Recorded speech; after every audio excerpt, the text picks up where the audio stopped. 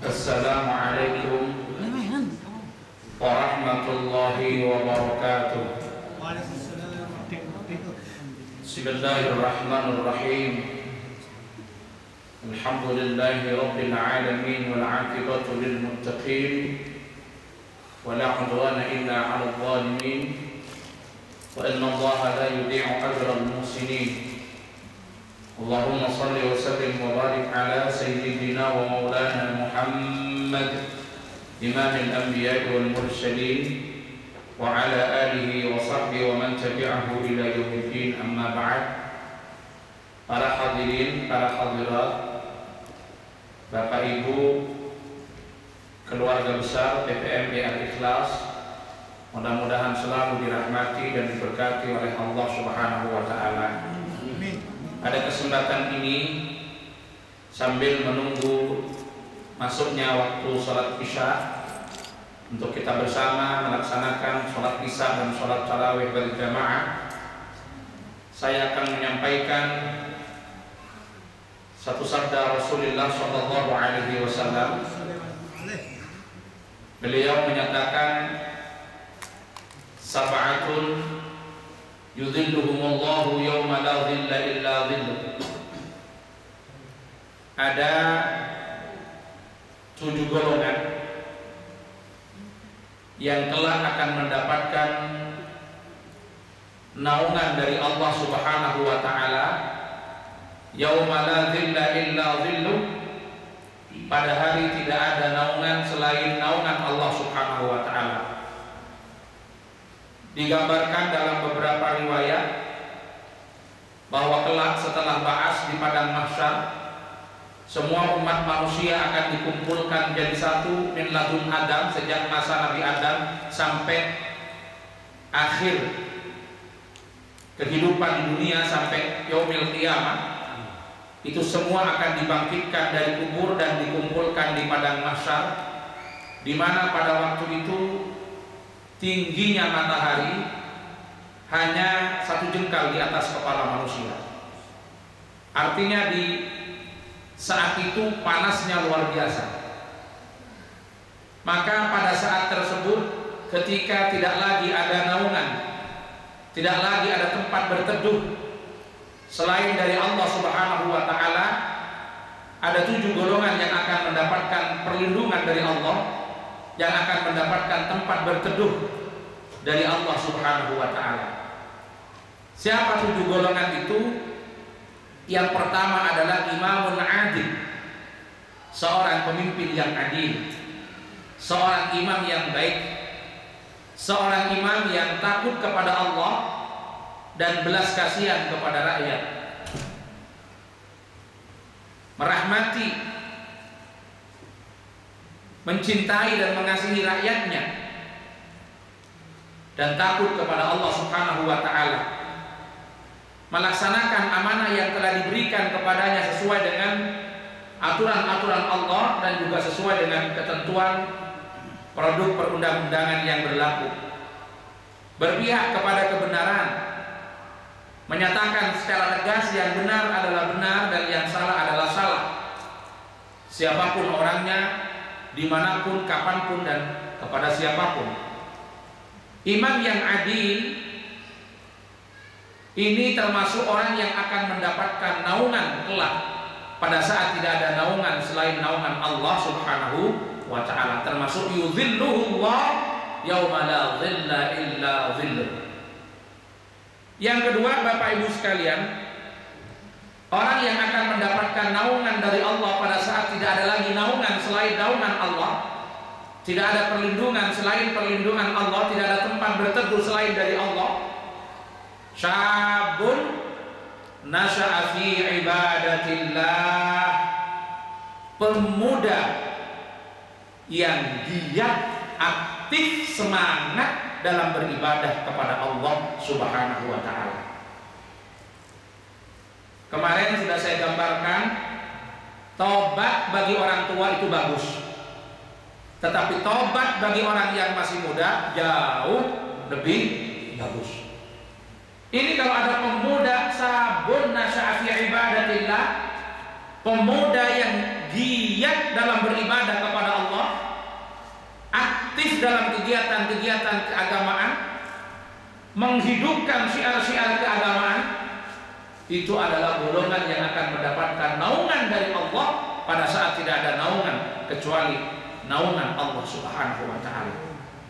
Kenapa? Karena pemuda ini secara umum, atau mungkin kalau kita prosentase, lebih banyak yang lalai, jarang yang mau datang ke masjid.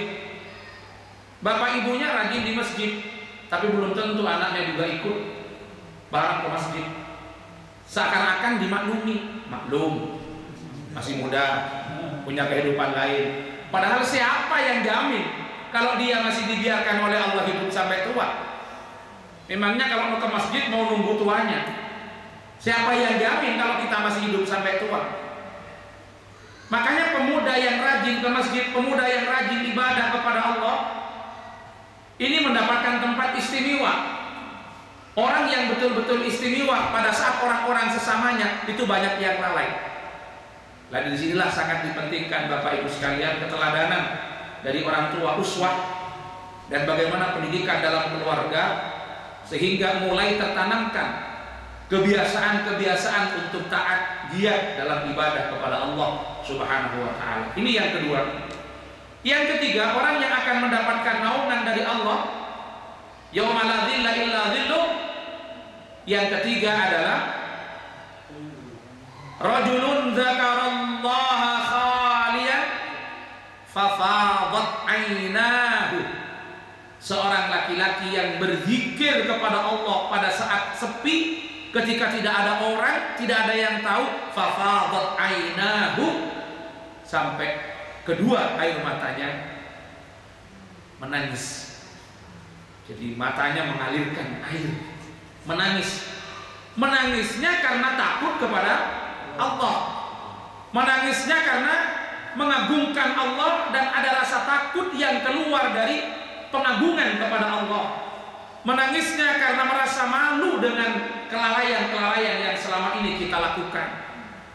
Nah, dalam sebuah hadis disebutkan, kullu ainin baqiyatun yaumal qiyamah illa ainan bakat min khasyatillah. Semua mata kelak akan menangis di hari kiamat kecuali mata yang pernah menangis karena takut kepada Allah. Menangisnya bukan karena punya hutang tidak bisa bayar, bukan karena khawatir lepas dari pekerjaan, bukan karena khawatir tidak mendapatkan penghasilan dan kemewahan, tetapi menangisnya semata-mata karena khasyah kepada Allah, takut kepada Allah. Seseorang yang berzikir kepada Allah di saat sunyi, di tempat sepi, fafadat ainahu, sampai kedua air matanya menangis, mengalirkan air karena takut kepada Allah. Bagaimana kita merasakan takut kepada Allah? Bagaimana kita bisa menangis dalam berzikir? Ingatlah dosa-dosa yang kita lakukan. Seperti kemarin yang saya gambarkan ketika sholat, bagaimana kita bisa khusyuk. Bayangkan di mata kita adalah Ka'bah, di kaki kita ada sirat yang akan kita injak kalau kita kepleset ke neraka. Di belakang kita ada malaikat maut yang setiap saat akan menjemput kita tanpa konfirmasi, tanpa pemberitahuan, dan tanpa kita mengetahuinya. Di sebelah kanan ada surga, di sebelah kiri kita bayangkan neraka. Itu ketika Syekh Hasan Al-Basri ditanya, bagaimana engkau bisa mencapai kekhusyuan di dalam sholat? Ada rasa takut kepada Allah yang dibangun dalam dirinya. Takut karena kealpaan-kealpaan yang sudah kita lakukan. Konsentrasi kita arahkan, kita pusatkan, kita bayangkan di depan kita ada Baitullah yang menjadi arah kita menghadap kepada Allah. Arah, maaf, sudah saya uraikan kemarin, kita sholat menghadap ke Baitullah karena memang diperintahkan oleh Allah bahwa Baitullah adalah kiblatus sholat, bukan karena Allah di sana. Sama dengan kita berdoa menengadahkan tangan kita ke atas, bukan karena Allah di langit, karena langit adalah kiblatul doa. Sama dengan Ka'bah adalah kiblatus sholat. Kita bayangkan di belakang kita ada malaikat maut. Nabi mengatakan manusia hidup di dunia ini ibarat anak panah itu, busur itu anak panah sudah lepas dari busurnya, sekarang mengawang-awang, tinggal kapan dia menancap. Artinya kehidupan kita ini tanpa kita ketahui, tanpa kita sadari, kapanpun, dimanapun bisa terjadi yang namanya kematian menjemput kita. Apa yang sudah kita persiapkan untuk bekal kita menghadapi kehidupan setelah kematian? Apa yang sudah kita lakukan selama ini? Sudahkah kita banyak mencari bekal untuk kehidupan di akhirat? Laki-laki yang berzikir kepada Allah, yang dimaksudkan di sini seseorang, tidak harus laki-laki, ini ta'rif bil misal, perempuan juga bisa. Orang yang punya dua jenis kelamin juga bisa. Jadi seseorang yang berzikir kepada Allah pada saat yang sepi, fafadat ainahu. Kemudian yang keempat adalah rajulun qalbuhu mu'allakun bil masajid. Seseorang yang hatinya selalu terikat dengan masjid, terikat dengan perjuangan, terikat dengan ibadah. Apa maksudnya? Mulai keluar sampai kembali lagi itu terikat hatinya dengan masjid. Bukan hanya mengisi masjid untuk ibadah, tapi bagaimana berpikir masjid bisa makbul. Selalu berpikir. Ini para pengurus-pengurus ini, para aktivis-aktivis dan semua warga yang selalu menggantungkan hatinya dengan masjid. Ini masuk pada rajulun qalbuhu mu'allaqun bil masajid. Seseorang yang hatinya ditautkan terkait dengan masjid. Hidup perjuangan, untuk perjuangan, bukan sekedar mencari kesenangan dan kemewahan. Karena kebahagiaan yang hakiki bukan di sini tempatnya, tetapi di akhir. Ingat kata Nabi, sayati ala ummati zamanun yuhibbuna al-khamsa wa yansawna al-khamsa. Akan datang kepada umatku satu zaman di mana umatku menjadi orang yang cinta pada 5 perkara tapi lupa 5 perkara yang lain. Yuhibbuna ad-dunya wa yansawna al-akhirah. Cinta dunia, lupa akhirat. Yuhibbuna al-hayata wa yansawna al-mauta. Cinta kehidupan dan lupa kematian. Yuhibbuna al-mala wa yansawna al-hisab. Cinta harta tapi lupa pada hari perhitungan dan hari pembalasan. Yuhibbuna al-qusura wa yansawna al-kubur. Cinta gedung-gedung yang indah, yang mewah, lupa akan kuburan yang akan jadi tempat kita berpulang, tempat transit kita setelah kita mati. Yuhibbuna al-khalqa wa yansawna al-khaliqa. Cinta kepada sesama makhluk dan lupa kepada Sang Pencipta. Mungkin ini akan kita bahas besok tentang hadis ini. Jadi kita lanjutkan. Yang nomor 4 di sini adalah seseorang yang hatinya digantungkan dengan masjid. Hidup untuk perjuangan, hidup untuk ibadah. Itu yang dimaksudkan. Digantungkan dengan masjid bukan berarti ingat ke masjid terus, tidak. Tapi dalam artian dia juga selalu berpikir bagaimana kemakmuran masjid, bagaimana dia menjadi penggerak agar semua saudara-saudaranya bisa menjadi orang yang cinta ibadah, hidup untuk perjuangan. Kemudian yang kelima, Bapak Ibu sekalian, yang kelima, rajulani yatahabbani fillah yajtami'ani wa yaftariqani li ajlillah. 2 orang yang bercinta karena Allah, berkumpul dan berpisah ikatannya karena Allah. Maksudnya orang-orang yang menghimpunkan diri, mengikatkan diri dalam sebuah ikatan. Apakah ikatan persahabatan, apakah ikatan perkawinan, atau dalam sebuah organisasi yang dibangun dasarnya semata-mata kecintaan kepada Allah. Kalau dia berkumpul, berkumpulnya karena Allah. Tapi kalau berpisah pun, berpisahnya karena Allah. Kenapa saya bersahabat dengan Anda? Karena saya yakin ketika bersahabat dengan Anda, Anda akan menjadikan saya lebih baik daripada sebelumnya. Kenapa sekarang saya berpisah dengan Anda? Karena saya merasa persahabatan kita tidak membawa kemanfaatan dan kebaikan. Justru saya akan ikut pada kejelekan, pada kemaksiatan yang Anda lakukan. Jadi kalau berkumpul, berkumpulnya karena Allah. Ketika berpisah, berpisah pun karena Allah. Makanya saya Al-Masir itu berpesan kepada Ali Abil Hasan Ali Asyadili,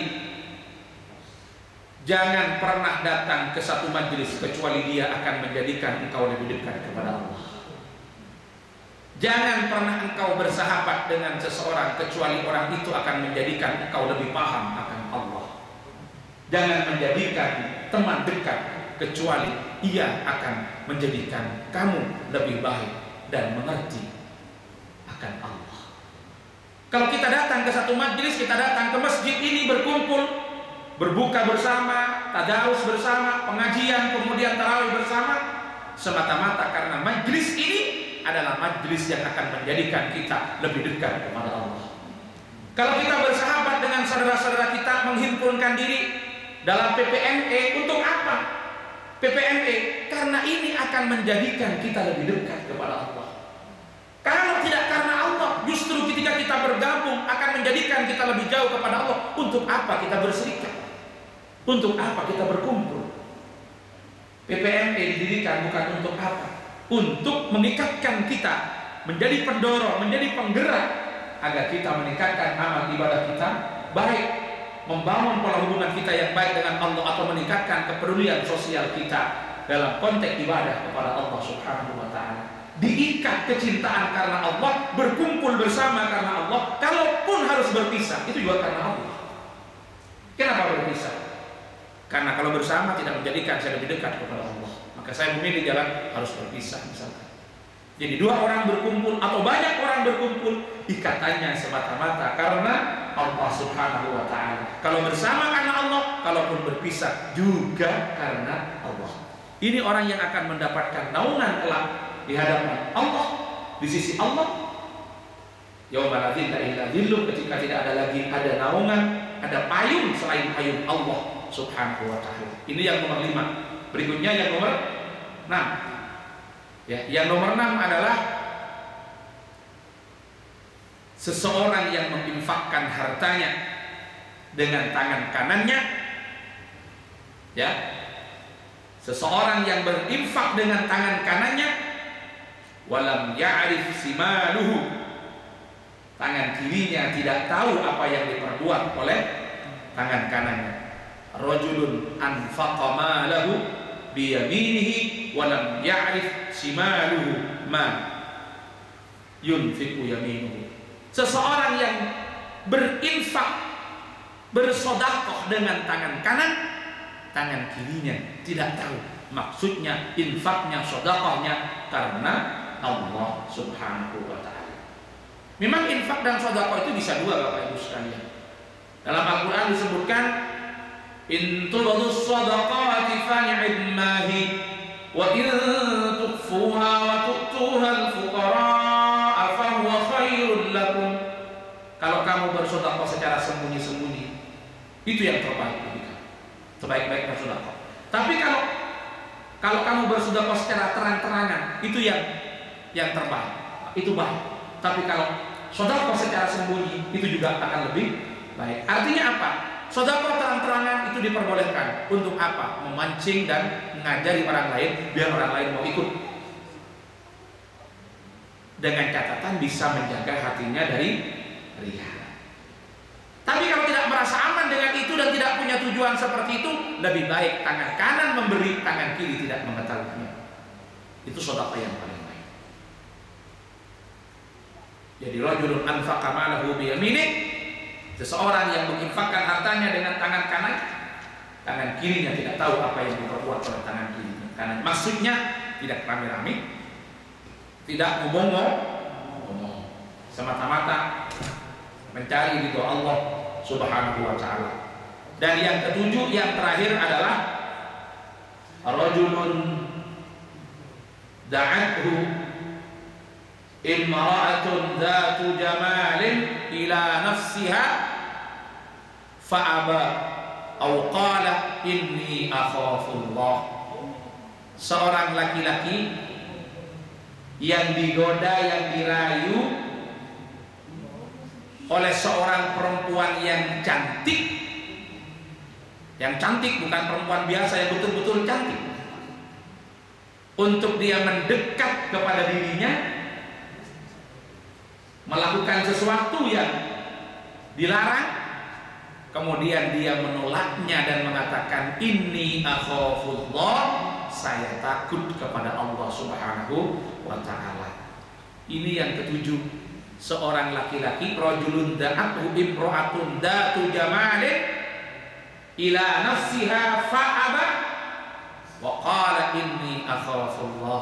Seorang yang diajak oleh perempuan yang cantik, dirayu oleh perempuan yang cantik, kemudian dia menolak dengan mengucapkan mohon maaf, saya takut kepada Allah.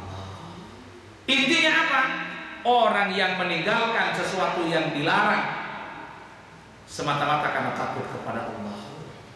Ini tidak harus diartikan hanya perempuan cantik saja. Seseorang yang digoda dengan pangkat dan jabatan, tapi dengan cara yang tidak benar, dia menolak dan mengatakan ini akhafullah. Seseorang yang digoda dengan harta untuk diberikan harta, tapi dengan cara yang tidak benar, dia menolak dengan mengatakan ini akhafullah. Kenapa yang dicontohkan ini perempuan? Ya karena ini yang paling menggiurkan.